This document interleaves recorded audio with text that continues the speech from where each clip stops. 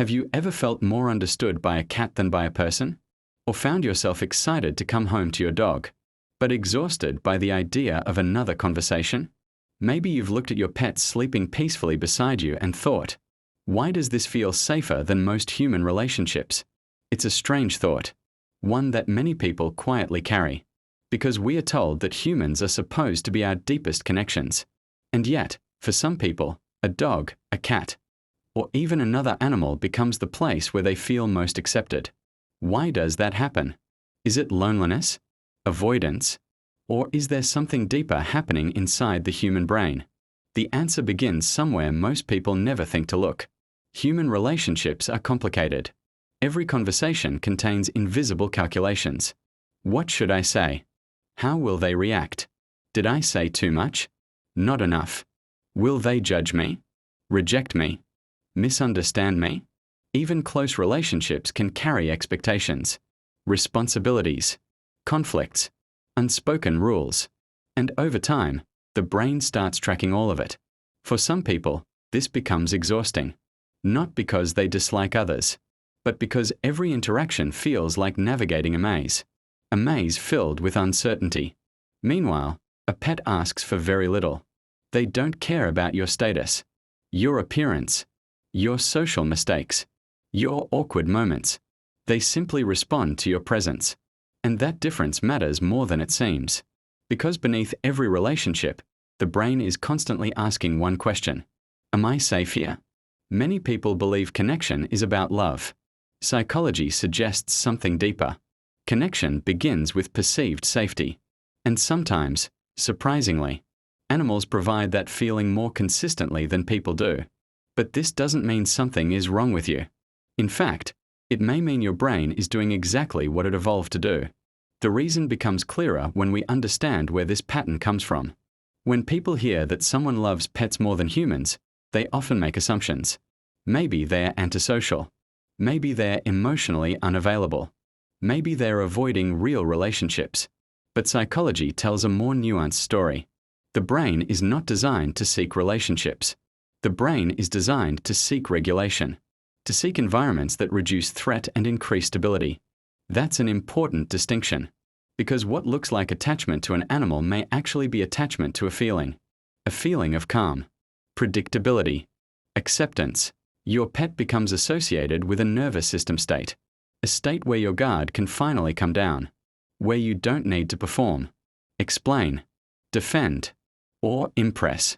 This isn't weakness, it's adaptation. The brain naturally moves toward experiences that reduce stress and increase emotional safety. And that leads us to the mechanism behind it, a mechanism hidden beneath awareness, yet influencing countless daily decisions. Imagine your brain as a security system, not a happiness machine. A security system. Its primary job is not to make you happy. Its primary job is to keep you safe. Every experience gets scanned. Every relationship gets evaluated. Every interaction receives an invisible score. Safe, unsafe, predictable, unpredictable, rewarding, threatening. Over time, the brain builds what psychologists call associative patterns. Experiences become linked to emotional states. If spending time with people repeatedly creates stress, the brain remembers. If spending time with a pet repeatedly creates calm, the brain remembers that too. Think of it like creating pathways in a forest. The more often you walk a path, the easier it becomes to follow. This is the comfort pathway. Each positive interaction with a pet strengthens a neural association between that animal and emotional safety. Over months or years, the pathway becomes stronger, sometimes much stronger than pathways connected to human relationships. There's also another factor. Pets offer something psychologists call unconditional positive regard. Not perfectly, but far more consistently than humans. They don't evaluate your career, your social status, your failures, or your mistakes.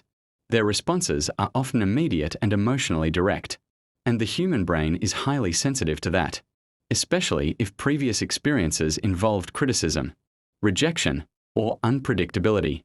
What begins as affection can become one of the most reliable sources of emotional regulation in a person's life.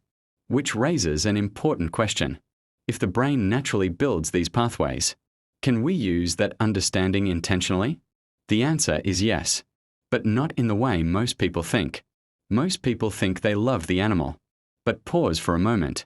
What feeling does the animal create? Comfort, acceptance, presence, safety. The brain responds more strongly to emotional states than objects. When you identify the feeling, you understand the real need underneath. For example, you may think your dog makes you happy, but what your brain may truly value is the absence of judgment. That awareness changes everything. Learn to create small moments of safety with people. The brain doesn't trust categories. It trusts experiences. If several human relationships were painful, the brain may generalize that pain. But psychology shows that new experiences can update old predictions. Start small. Not deep conversations. Not instant vulnerability. Just safe interactions.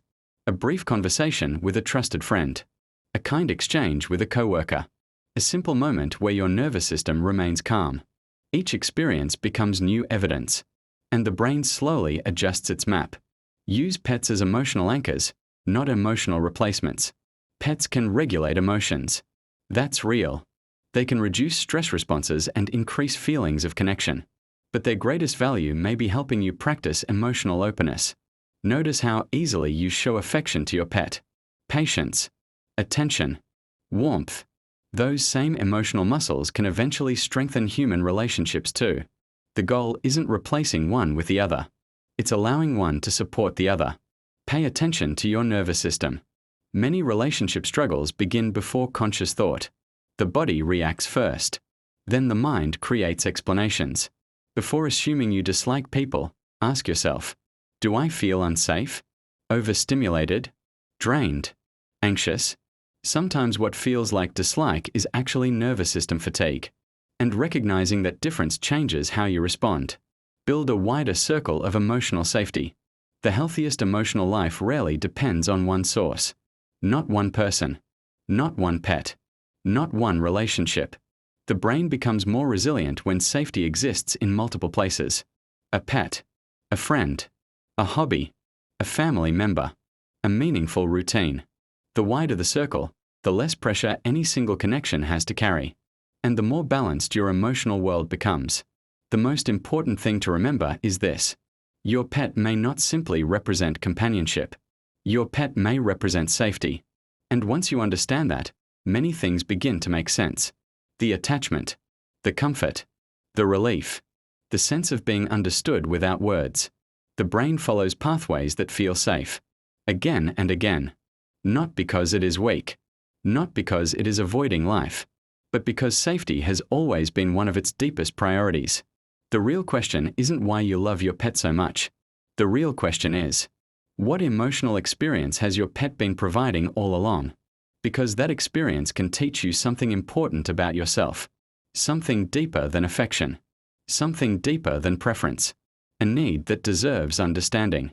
Perhaps loving pets more than humans isn't really about choosing animals over people. Perhaps it's about discovering where your nervous system finally feels at rest. And once you recognize that feeling, you can begin carrying it into other parts of your life. Into conversations. Into friendships. Into relationships. Not by forcing connection, but by understanding the conditions that allow connection to grow. Your pet may have been teaching you that lesson all along. Not through words, but through presence. And sometimes, presence is the language the human brain understands best.